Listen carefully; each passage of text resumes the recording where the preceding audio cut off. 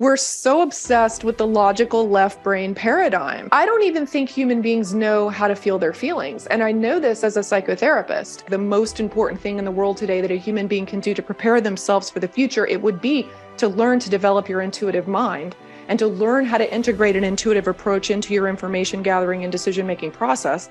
It's an inner technology. This is an exoteric technology.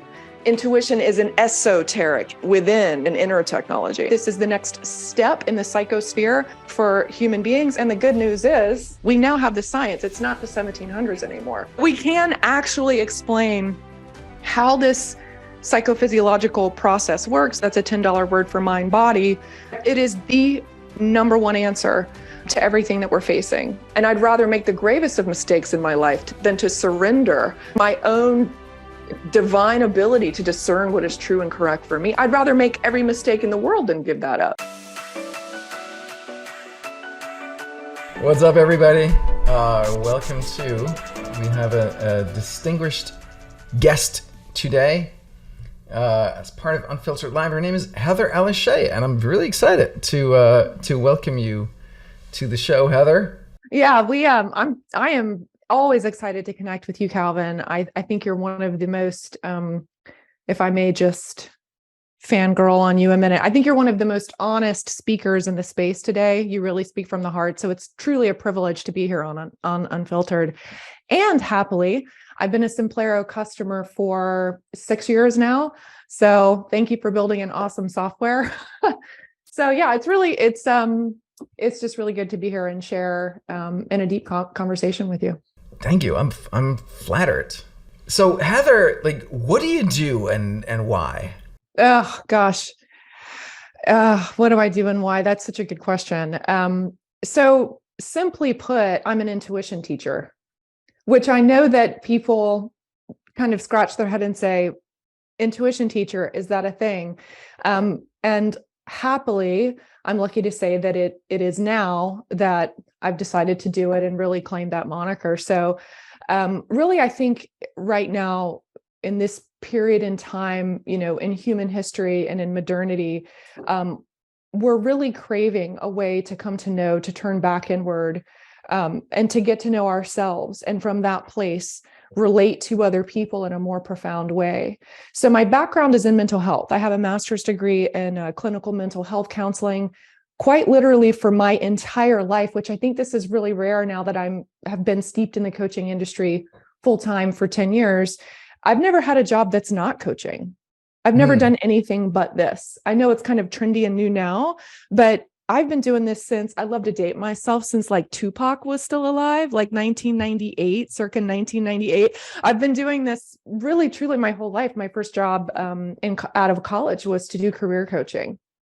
So, and then from there, I really discovered that I loved helping people step into a new version of themselves and solve problems from the lens of not you're broken, but oh my God, look how much better you could be if you could relate to yourself in a growth promoting way. So I fell in love with psychology and mental health counseling, and I became a psychotherapist. And that really put me on the path of the holistic wellness world, right? There's so much more to us than meets the eye. And so I fell in love with coaching from the place of sort of mixing the career side of it with the psychotherapeutic side, right? How do we come together in deep relationship and help people heal and expand and grow?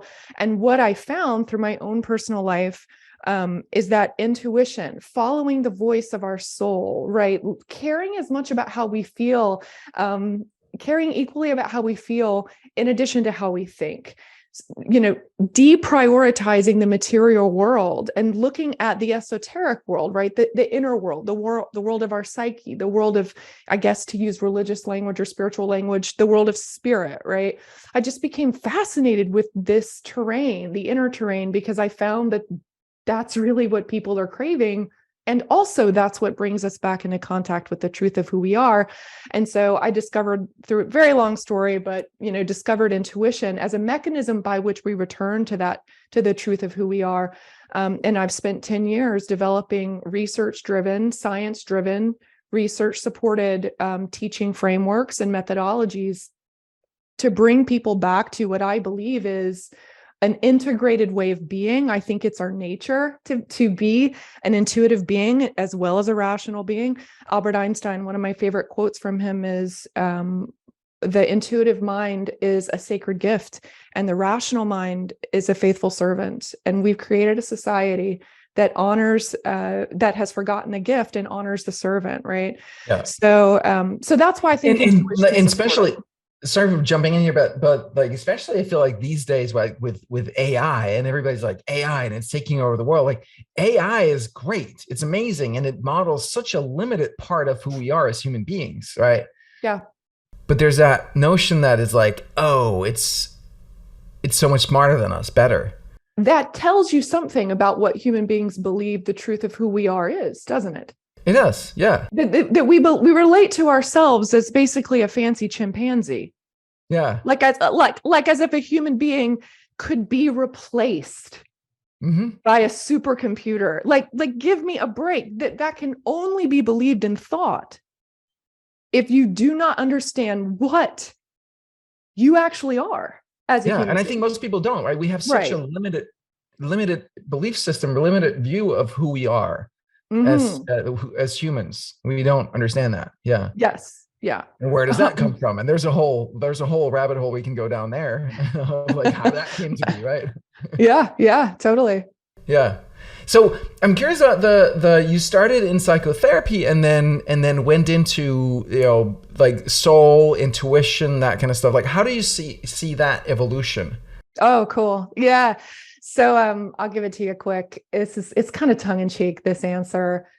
So like in the 1950s, so let's look at the evolution of it, like why intuition and how do we get here? How do you get here there both individually and also collectively, right?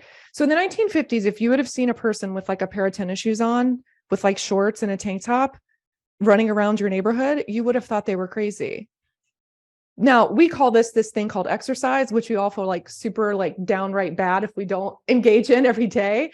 But back then in the 50s, like people didn't exercise. We were fresh off of an agrarian model. We had only been in like kind of the industrial revolutionary sort of like way of being. You didn't exercise. I would personally, I was born on a farm. I grew up milking cows, chasing chickens, planting tomatoes. My dad would say, baby, if we don't kill it or grow it, we don't eat. So I grew up in this like really, really connected to the earth type of way. But in the like you didn't exercise. That wasn't in the mainstream consciousness, right? Nowadays, everybody knows you need to. Fast forward to the 70s. What comes to the West? Yoga, right? Everybody thought it was voodoo. They were like, why would we do that? It was very fringe. Yes. Okay. Then we get the research behind yoga. Now everybody understands it's one of the best things you can do for your body and for your mind. Fast forward, meditation comes on the heels of yoga. Okay. Everybody says, oh my gosh, that's weird. That's voodoo. Ew, don't meditate. The devil's going to get you, right? In our, kind of our Judeo-Christian Puritan worldview here in the West, we think, ew, that's weird. What's the point? Okay. In the 90s, Jon Kabat-Zinn, UMass, everybody starts researching meditation, right? Right. So we start saying, wait a minute. Oh my gosh, there's all of these amazing benefits to meditation and coming to know ourselves and relating to others in a more conscious way. Okay. So once we get the research behind these things, we start to realize that once upon a time, what was fringe is now we feel downright bad if we don't do it, right? We feel bad if we don't go to the gym, if we don't have some type of meditative practice. And the window through this. Isn't that interesting though? Because like what you're saying is like the journey of the rational mind needs to be convinced that it's good. And now the rational mind starts policing us like, are you doing yoga enough? And like, right. That whole, like, instead of like being like, hey, this speaks to me. I don't know why. I don't care about the science. I just know that I feel good when I do it. Right. But for a collective shift for the whole species, right? It does take that 100th monkey syndrome. Mm-hmm. And if we are going to take an integrated approach to life, I think we should say, well, show me the science. I would never believe, I tell all of my students when we teach intuition, when I start teaching them how to develop their intuitive abilities, I say, I'm never going to ask you to believe in anything but yourself, right? So why I think intuition is so important. And if you were to ask me what I think the most important thing in the world today that a human being can do to prepare themselves for the future, it would be to learn to develop your intuitive mind and to learn how to integrate an intuitive approach into your information gathering and decision-making process. It's the single greatest thing you can do to help yourself. But I think my prediction, and you heard it here first, my prediction is that in 10 years, you're going to walk into grocery stores and you're going to see magazines that say intuition, just like, now I know that sounds crazy, but if you would have told people in the 90s that they were going to walk into grocery stores and see magazines that say mindfulness, meditation, they would have also said it was crazy. So I believe that the intuition revolution is our next step in our evolution, because once you become mindful, once you become conscious, right? We've been in the meditation and the mindfulness revolution for 30 years. Once you develop the ability to be inner aware, what will happen to you, whether you know it or not? And this is why people who have spiritual experiences, they have very similar stories. Okay, I myself being one of them. I had a medical crisis in 2012 that blew open my intuitive, my energetic system. They all tell a similar story, which is I start to know things that I shouldn't know, or how could I know them? I start to sense people's emotions. I have psychic dreams. What the hell is going on with me?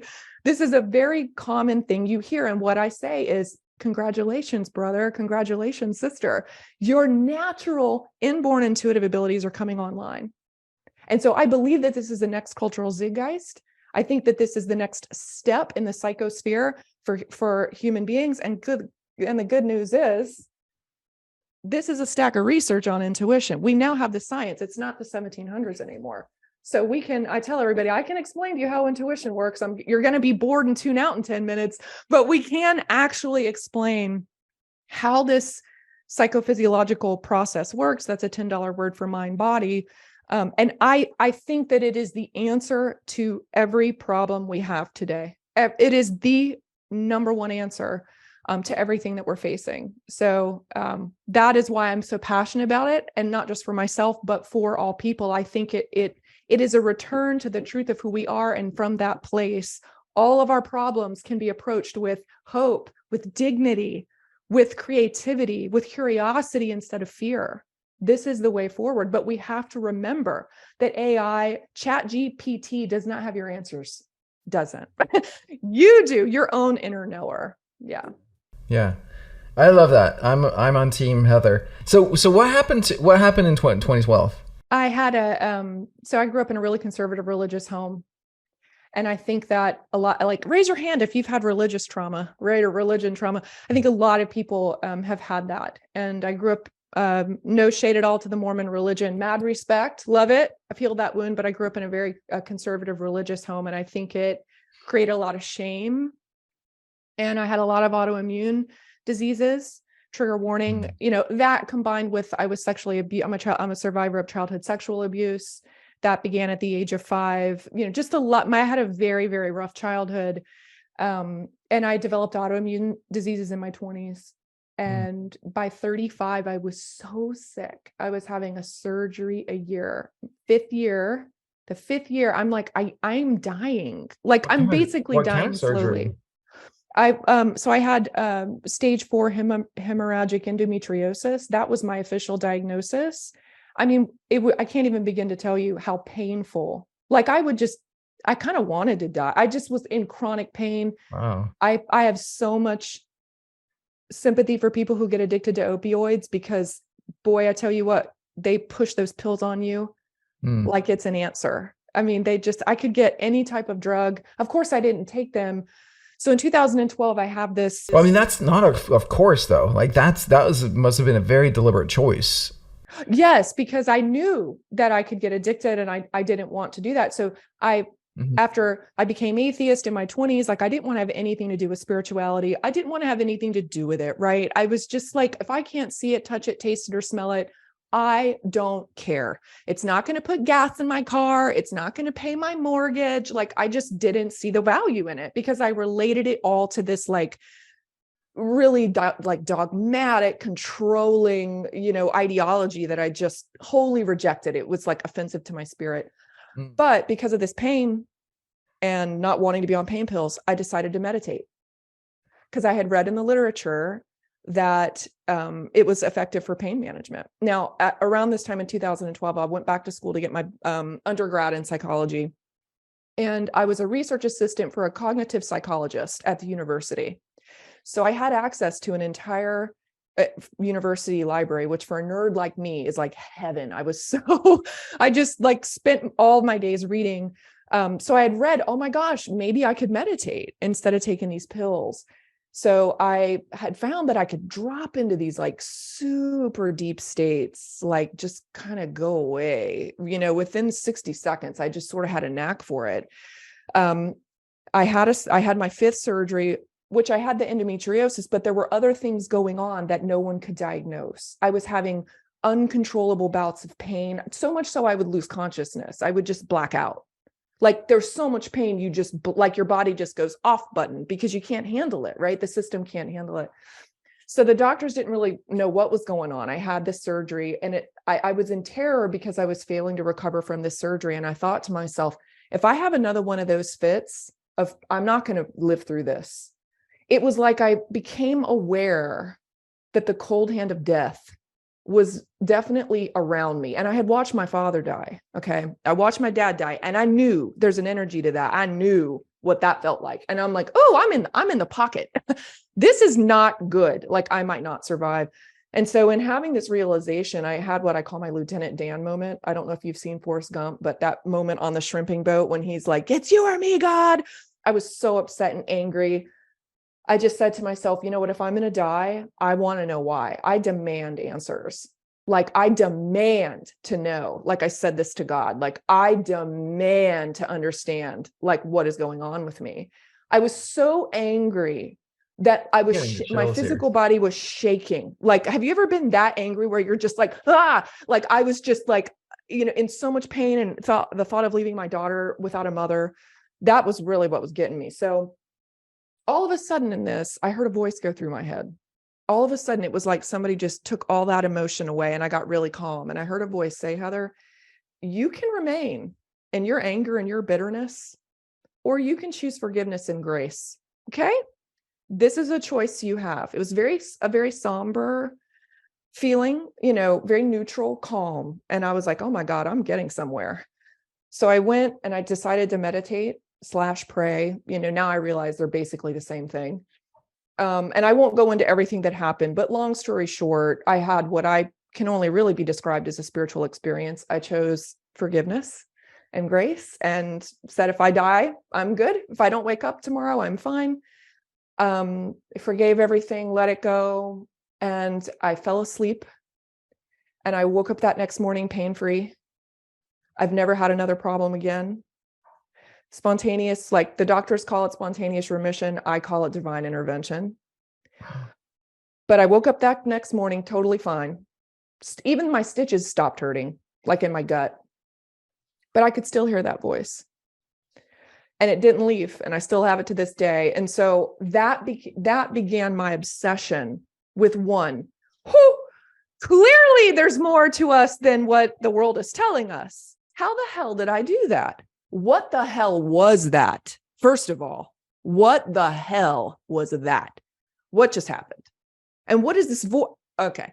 So that's when I jumped into the research and I was like, we've got to have answers to this. And so then I circled back to the esoterica, right? The Gnostic traditions. I went deep into the rabbit holes of the New Age movement, right? I studied with Dolores Cannon for a year and just started to sort of put together mixing the best of modernity and science and kind of the materialistic paradigm with the ancient traditions of what humanity has known in the heart all along without needing a peer-reviewed paper to tell us, right?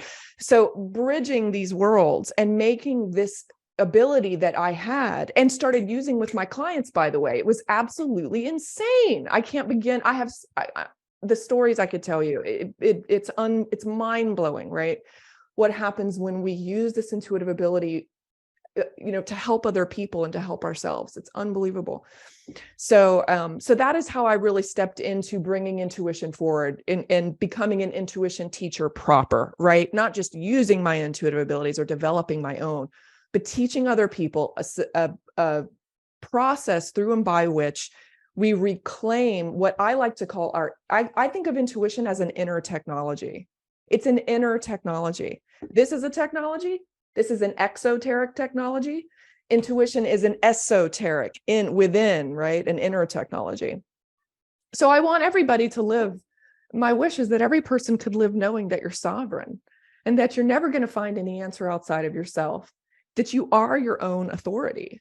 And I'd rather make the gravest of mistakes in my life than to surrender my own judgment, right? My own divine ability to discern what is true and correct for me. I'd rather make every mistake in the world than give that up. So that is what I want people to have. It's wild though that like that literally from one day to the next by being willing to forgive, was that the unlock? I believe so. Yeah. That's insane, right? It's not insane. It's like, it makes sense, but it's what a stark demonstration of the power of the mind and the power of forgiveness and the power of holding on to stuff. I've always thought about that with like Steve Jobs, right? Like a brilliant man, but he never forgave his biological parents for giving him up for adoption. Mm-hmm. He never forgave. Like he had contact with his biological father at one point, and he just like but like, oh wait, he found out who he was, and he was like, I don't want to talk to you. I'll have nothing to do with you. Like, so he carried that with him into the grave and died of cancer, right? Yeah.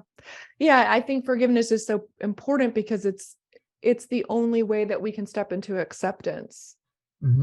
And I think acceptance is the prerequisite to healing, because we can't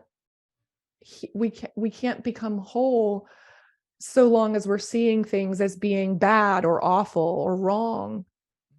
Acceptance is a state of grace. It's to say, like I'll take my sexual abuse, for example, not even arguably, I think we can all agree that's the most evil thing in the world, to harm a child, especially in that way. But what I would say is that I wouldn't wish that on my worst enemy, but I would also fight you if you tried to take the experience from me, because I see it and I accept it as perfect and a part of my life's path, right? I took what came to destroy me and and I let what could have broken me make me, right? It can make or break you. So I think forgiveness is important, because without it, you can't step into acceptance. And I think acceptance is how we become whole. Yeah, forgiveness. I was reading, I don't know if you're familiar with, like, Colin Tipping wrote a book, Radical Forgiveness, that I read years ago. He passed away a few years ago. But that was, for me, huge unlock as well, of like forgiving all of the things that I was holding on to. If you don't mind, how did you step into forgiveness? I think it's a lost art. I'm not even sure we really know how to forgive. How does it happen that you're able to do it, that you're able to forgive? For me, is similar to what you're saying is, and he has a specific process, like, but essentially it's like seeing that, that it all happened for you, and seeing seeing your own part in it too, seeing the perfection in the way that it turned out. Yeah, it wasn't what I, like, in my left brain mind think that I wanted, but it turned out perfectly. At one point, I was doing the thought experiment because I had a lot of resentment towards my dad and the way he was and all kinds of things. And I remember thinking, all right, picture this. We're sitting, Dad and I, up in the sky bar as like two souls before incarnating, right? And then we're like, all right, let's take another turn down on planet Earth and have some fun. Do you want to play the dad, or would you rather play the son, right? Yeah. And I'm like, oh, fuck yeah, I'd rather play me any day of the week, right? So it's like, I was like, all right, great. If that's, that's how we played it out. But I really, and that way of thinking about life is like, we set up these experiences for ourselves to have these experiences, and none of this is real anyway, right? It's all just like, yeah, this illusion of life that we go through, and just like we go watch a movie, we try to have as much fun while we do it as possible. And it wouldn't be fun if there wasn't resistance. Like, what's a movie without any obstacles, without any adversaries, right? They're not a good movie. Yeah, speaking of that, I grew up with four brothers. Every last one of them, and I was the only girl. Every last one of them were obsessed with superheroes. And to what you're saying, you're so right that we need resistance. In I think it was the 40s or the 50s, Superman, of course, he's Superman. He has no weaknesses. They originally didn't have Superman have any weakness. Kryptonite, you know how he's like kryptonite's the one thing that can destroy him. That was written into the Superman narrative later on, after Superman was invented, because nobody wanted to watch the show anymore. Because everybody knew nothing could hurt him. So you're right. We need what we consider to be traumas or, enemies, right? It's all this part we're playing, because without it, there's no growth. I think the trick to being a fulfilled human is to play the game, but never forget that it's a game. Mm-hmm. It's exactly. It's very important. You want to play to win, but I'm down here in the South. Football is a religion in the South. Mm-hmm. Like, when I start seeing people throwing chairs and shit because the Gators didn't win. Hi, Dad. Love ya. My dad would throw shit. Okay. I'm like, Dad, I know you love the Gators. I know you're but like, really?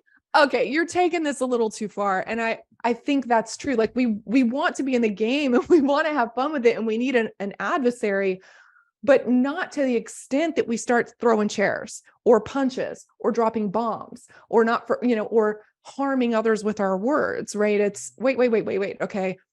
Let me remember my role in this, and that this ultimately is here for me, right? Like I think you had said earlier, it's not happening to me, it's happening for me. Yeah. Yeah.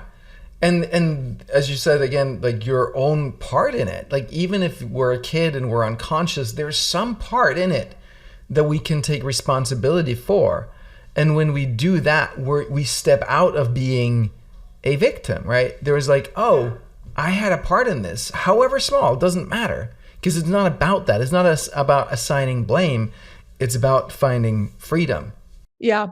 And I think that is now we're kind of getting into the meat of it, right? Because that's a very hard thing.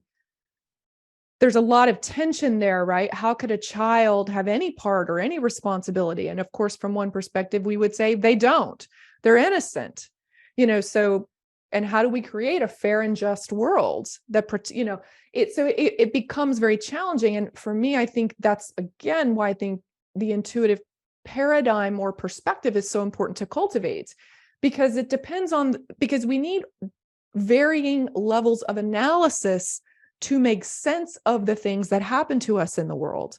So something can happen to you from this level, like from the child level, you want to say that was unfair. It should never have happened. I am a person, a victim of this. But on the higher level, right, the individuated level, the higher self level, you want to say, okay, yes, that's true for my child self, but I'm more than just this human being of Heather. I'm more than just this child. I am the soul within. And at the soul level, at the highest level of the Atman, right? My company's Atmana, the Atman, the higher self, the soul. At the level of soul, you can then begin to do what you're doing, which is say, okay, wait, I'm not a victim, actually. This happened for me. While simultaneously saying, absolutely not. I was 5 years old and you never should have put your hands on me, ever. Yeah. And you're going to jail. And I'm going to make sure you do, and also up here, Atman, I forgive you, right? So we need these different levels of analysis, right? Perspectives to navigate the world. And that to me is where we're getting lost.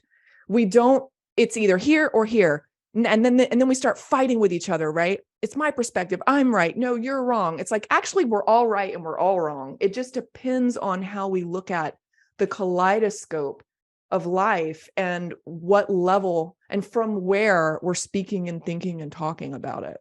Yeah. Yeah. And not deny any of the feelings, right? Because that's the other thing. We don't want to go into this like hyper rational place where we're just rationalizing everything and we're not feeling the pain of what happened, right? That's a very important part of it too. But I know for myself, like once I was really shut down emotionally, and then once I started feeling, I would jump into that victim and start blaming everybody for my feelings, right? Instead of taking responsibility. It got a little much. I remember my brother sitting me down one point and was like, I can't stand being with you anymore. I'm glad that you're starting to feel this stuff, but like, come on, give us a break. It's like, all right, fair enough. Yeah. Well, I mean, emotions, look, I mean, if like, imagine a little creature where it lives in an environment that constantly tells it shouldn't be a certain, like a part of its way of being is bad or wrong. Mm-hmm. Sit down, shut up, do your multiplication tables. Like, we're so obsessed with the logical left brain paradigm. Like I don't even think human beings know how to feel their feelings. And I know this as a psychotherapist and a life coach educator. I mean, to the extent that like you have to pull out, like I'm always, every moment of my life, I have a feelings wheel, right? Well, how do I feel right now? I mean, it's almost ineffable, right? Emotions are transcendent. We don't have words for them. Well, and I mean, literally, right? The right hemisphere is where we feel, and left hemisphere is where we have words. And they don't really communicate much. So like the way I've always learned it is like that when we put words to our feelings, we're sort of lying. We're sort of making stuff up. So we're in a world where this part of ourselves is truncated.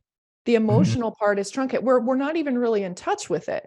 So we're walking through life. We're human beings. We're basically like walking through life with one hand tied behind our back. We have these emotions. We don't even know what they are or how to deal with them. We think we're these really rational beings. No, we're not. We're a walking limbic system trying to make ourselves happy. Every decision you've ever made is because your limbic system, right? I think it was Elon Musk who was like limbic system. Like, we're just here to try to be happy. I had a client once. Let me tell you how I figured this out. Before I really went all in on the intuitive paradigm, I was like, let's do some cognitive work, right? So I'm analyzing the thoughts. It's just the thoughts you're thinking. That's why you're in a shitty marriage. It's just your thoughts you're thinking. She looks at me and she goes, I don't want to do this anymore, Heather. She's like, I don't need to think better thoughts. I want to feel better. I don't want to think better. I want to feel better. She was mad at me. And that is when it hit me. The only reason why we want to think better thoughts is because we think it's going to help us feel better. What I'm suggesting in the intuitive paradigm is let's just go to the moneymaker, you guys. Why are we going around, as we say here in the South, around our elbow to get to our ass? Why don't we just focus on the feeling side? But here's the thing. If we accept that, if we say, I am going to look at how I feel, pay attention to how I feel, we are giving up one thing that human beings absolutely don't want to live without. And this is why I think we are trapped in this materialistic logical paradigm. You will give up control because the muse will not be whipped. You'll give up the illusion of control. You'll give up the illusion of control. That's right. So sticking your head in the sand is not a strategy. You're already being ruled by these intrapsychic, right? Emotional, intrapsychic mind, and logical or your affective system, right? You're already being ruled by it. You just have the illusion that you're not. So I think I notice as a therapist, the reason why people don't want to go there, they don't want to do the inner work, they don't want to look, they don't want to face the shadow, is that they know that it will destroy. And this is the ego death, right? The dark night of the soul. It'll destroy the version of yourself that you think you are. It will destroy your beliefs. It will destroy so many of the things that you've based your life on. And so what do? We encase ourselves in these little dogmas and ideologies, and then we try to force other people to believe it too. And we get really pissed when somebody dares tell us we're wrong. We're a walking wound, because we won't let ourselves feel what needs to be felt. So yeah, it is absolutely wild, but I believe that's where the hero's journey begins. It's that you're saying yes to going on your own hero's journey of discovering who you really are beyond everything you've been told you're supposed to be. Amen. So what do sidebar quick. Well, 3 things here. All right. Okay. Number 1, people watching here live, raise your hand if you want to come on. We'd love to hear from you, your thoughts or your questions for Heather or myself.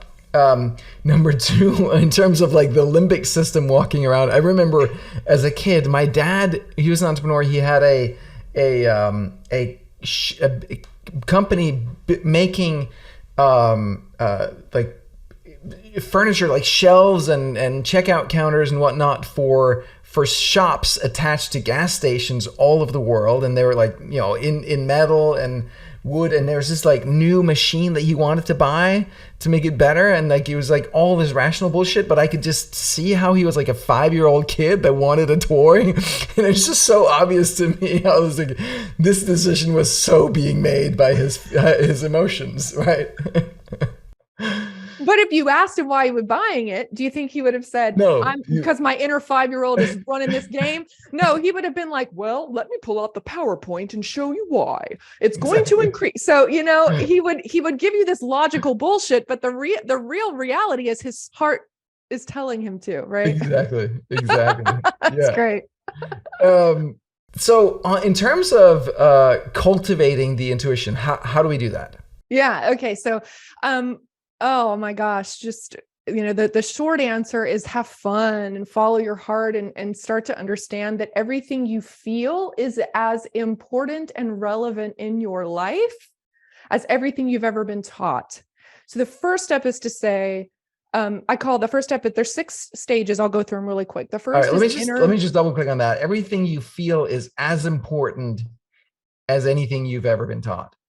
Yes. And there's science behind that. So that's not just, you know, thus saith Heather. It's, we now know that that intuitive thinking styles operate off of emotion. So think of emotion as gas in your car. This is why all the esoteric traditions say, like Rumi, what you seek is seeking you, what you desire, what you feel. These are data points on the landscape of your life. So the first step is the prerequisite is to understand that your emotions are a valid source of information. They're actually there to help guide you.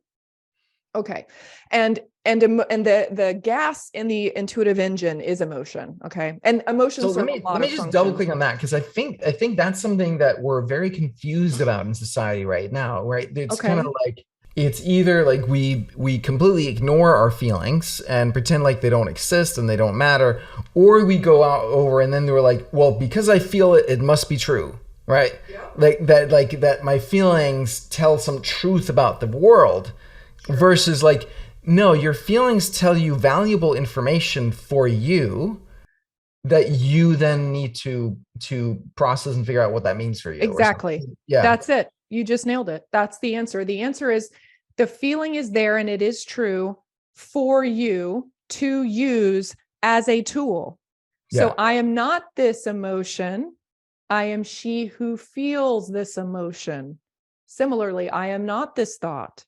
I am she who feels this thought. Now we're into the level of analysis. Yes. What do we mean by you? Which you? Heather Alice Shea, the little girl who was born to Robbie and Bill, that's not who I am. I'm the soul within. So I am not this emotion. I am she, the permanent Heather, right? This is the higher self Heather. Meditation is so important because you can now have objectivity. So feelings are there and we're supposed to feel them when we're supposed to play with them. But we're never supposed to think that they are the end. They're a means to the end. And so what we have in society today is a bunch of people who don't understand that. It's not their fault. They've never been taught.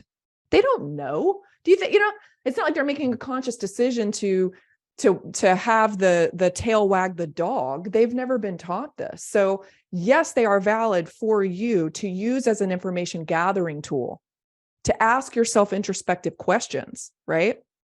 And also be discerning. Look, there's a lot of things that I do not do. There's a lot of people I don't associate with because of my intuitive, me paying attention to how I feel. So when we use our emotions instead of letting our emotions use us, and by the way, they will, because they love energy. To just tee it up, emotions from an electromagnetic perspective are 5,000 times more powerful than a thought. There's more neurocircuitry running from your heart to your brain than your brain to your heart. Just electrically, emotions are 60 times more powerful than a thought. Okay, so emotions are insanely powerful, right? And they will grab a hold of you. And if you feed them, they will get out of control. Okay, so It's we use our emotions, we don't let our emotions use us. And that's a skill. That's a skill we develop, right? So one, we have to begin to prioritize emotion as a tool, not a weapon, not a weapon against ourselves or a weapon against other people. And it's being weaponized right now, right? So so the first step is inner awareness. Basically, it's you develop the ability to pay attention to your inner world, the sensations of your inner self. For instance, what are you seeing right now? What are you feeling right now? What are you hearing right now? It's shifting all of our awareness away from singularly being on the external world and beginning to prioritize our internal world, the internal landscape. That's the first one. That's a skill you develop, right? Similar to meditation, but a little different. Second skill is you begin to notice. So you learn the ability to pick up on how intrapsychic information comes into you. You develop the ability to observe your inner world, right? Just like you observe trees or you look around out here. But how do we do this with ourselves, right? And what does that look like? And what are the mechanisms of that? The third is trust. So how do we operate from a place of discernment and trust with our own inner knowing, right? Then this is kind of trust is where our fears get kicked up. What if I'm wrong? What if I'm crazy? All of this. How do we move using our intuition from a place of trust and empowerment?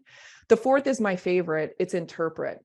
Trust is interesting too, right? Because it speaks to it's kind of like the left brain again, thinking that it can predict or control the future. Like we can't, right? So it's like, well, I can go with my intuition. I can go with this like made up story that my rational brain made up. But like, I have no way of knowing either way, right? Yeah, and yeah, I love that. I think the whole point of being human is to not know.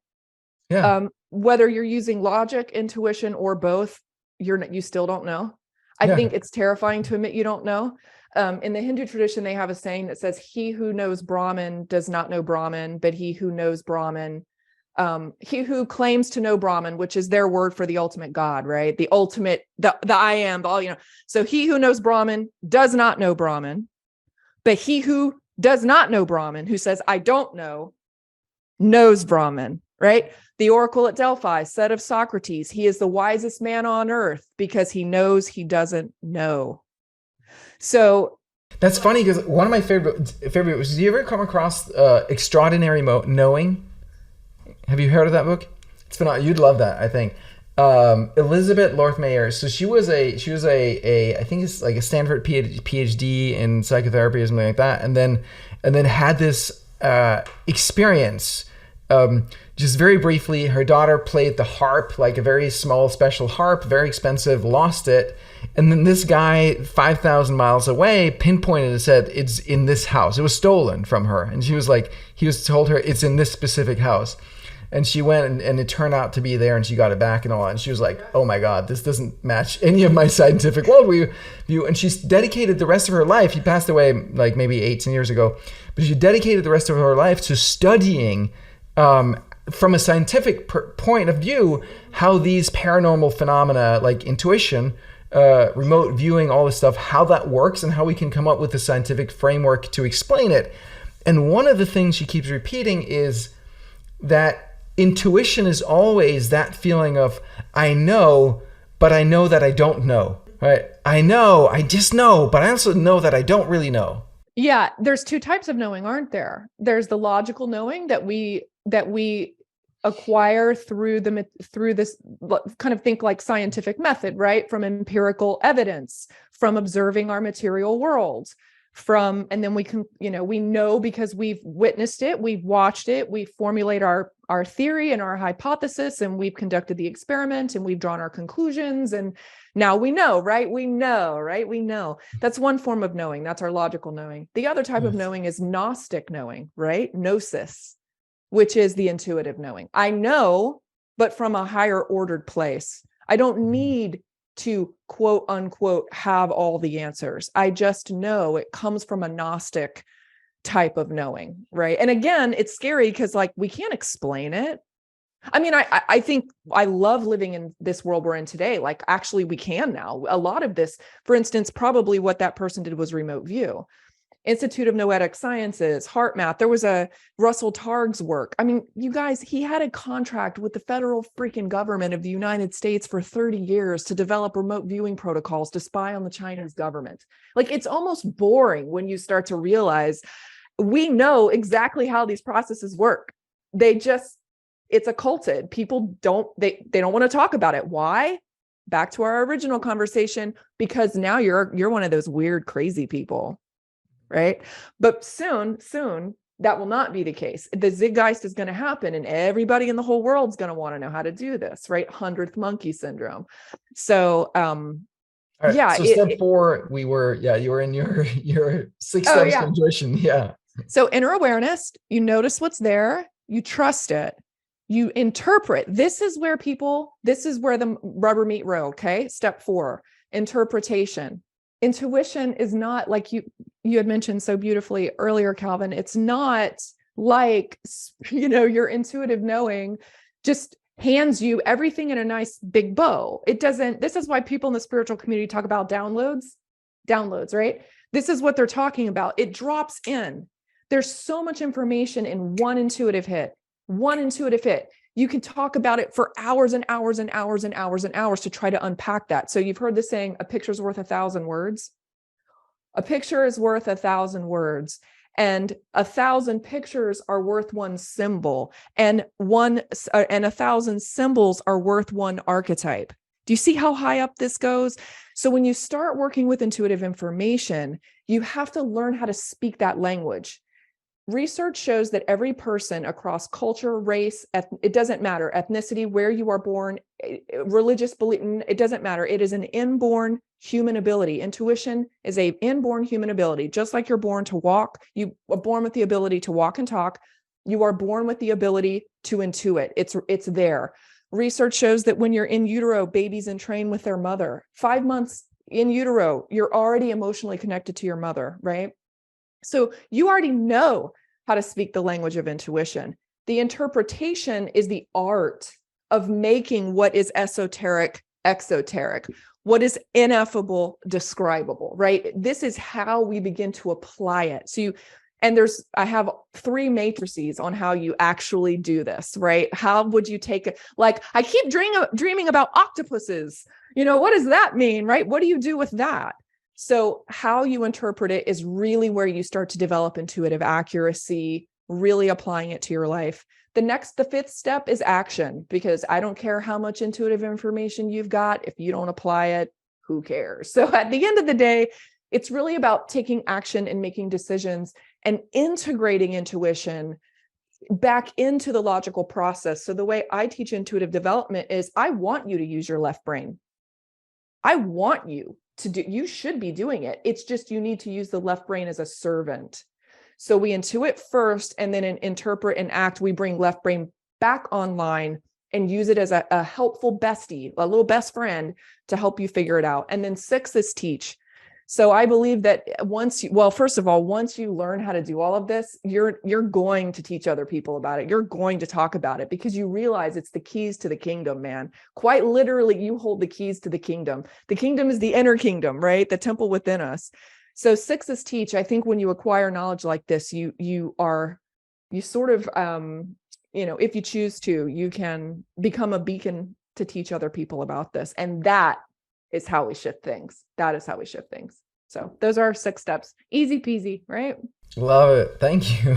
Thank you, Heather. Yes, they're easy peasy, one step at a time. You master them. Yeah, it's like, how do you catch wind, right? If somebody were to throw a cup of water, how would you catch it, right? Intuition, It's kind of one of those things, like, to put it into a system, the science of it is the process, but the art truly is how we make it our own. So yeah. All right.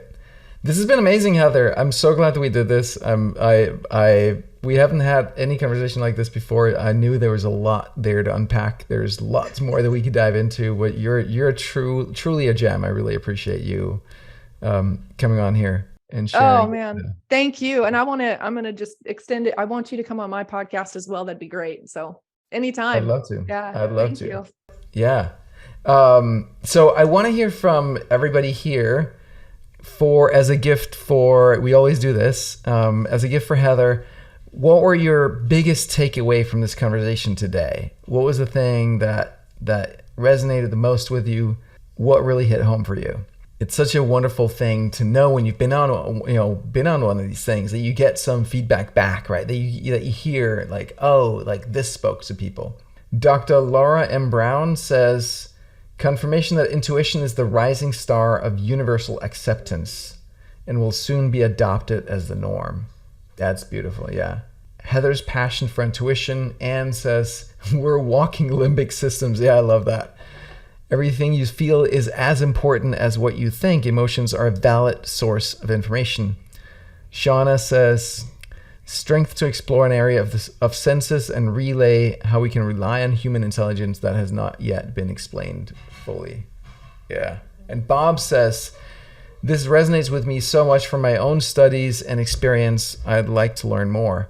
Yeah. So on that note, Heather, how can people follow you and how can they work with you? Yeah. So I have my sort of my intuitive development program proper is called True Intuition. Mm-hmm. So I named it True Intuition because I believe intuition is the truest thing about us. And I believe that intuition leads us to the truth. And so True Intuition is our intuitive development program that we develop intuition, we master our own intuitive style, and then on the back end, we teach. So it's a teacher training program, right? Remember how I said I think intuition is the Zeitgeist? Well, just like we have yoga teachers and just like we have meditation teachers, Atmana is training an army of intuition teachers. So if you'd like to get started with that, that's a great program to start. It's heavily focused on your own intuitive development. And then on the back end, it gives you like 5 lessons that you can then use to help become that beacon and teach other people. So that is a really great like formal way to start. But I post on Instagram. You can find me over at Instagram at heatheralice.com. And then I have a free Facebook group where I'm just always doing live trainings and just come hang out with me, man. Like that's, I guess, a great way to do it as well. So, but follow me on Instagram. If you're interested in True Intuition, just send me a message either on Facebook and Instagram, and we can chat about it.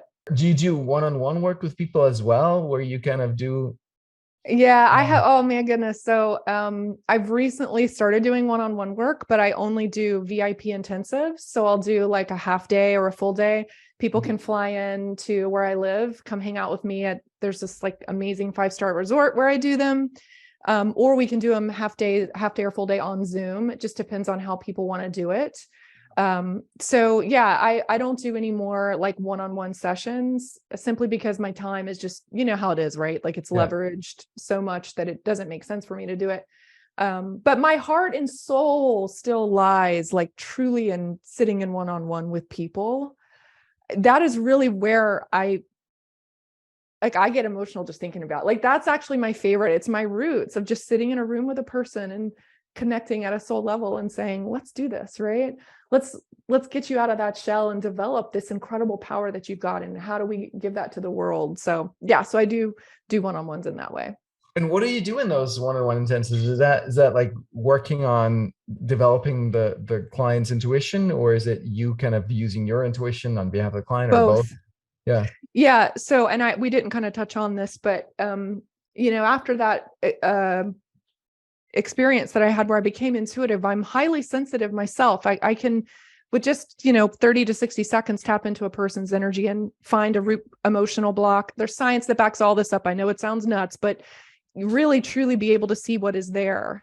So I'll use those abilities if people want me to, but there's 2 types of people that do the one-on-ones with me. One, this is highly, very ambitious people.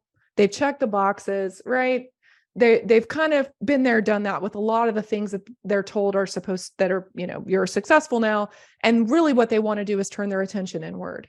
And they come because they want to develop their intuition, and they want to sit with someone to help fast track and speed up that process. The second are people who are business owners who want to begin using intuition in their business. And they just want to begin using it as a skill more tactically, right? like in their business. So that one is more practical. I'm a 7-figure business owner. Thank you, Simplero. I've developed my own 7-figure business. I don't lean into that side a lot, just simply because that business is what I've had to do to bring intuition forward, right? I'm a jackbooted thug over here for bringing intuition forward. But people who want to apply it, like CEOs, C-suite, or business owners who want to start making better decisions using this integrated approach, are also people that work with me. Bob, you say, where can you access some of the science on this? You can go to heartmath.org or .com. I really love Institute of Noetic Sciences because they get into the crazy stuff.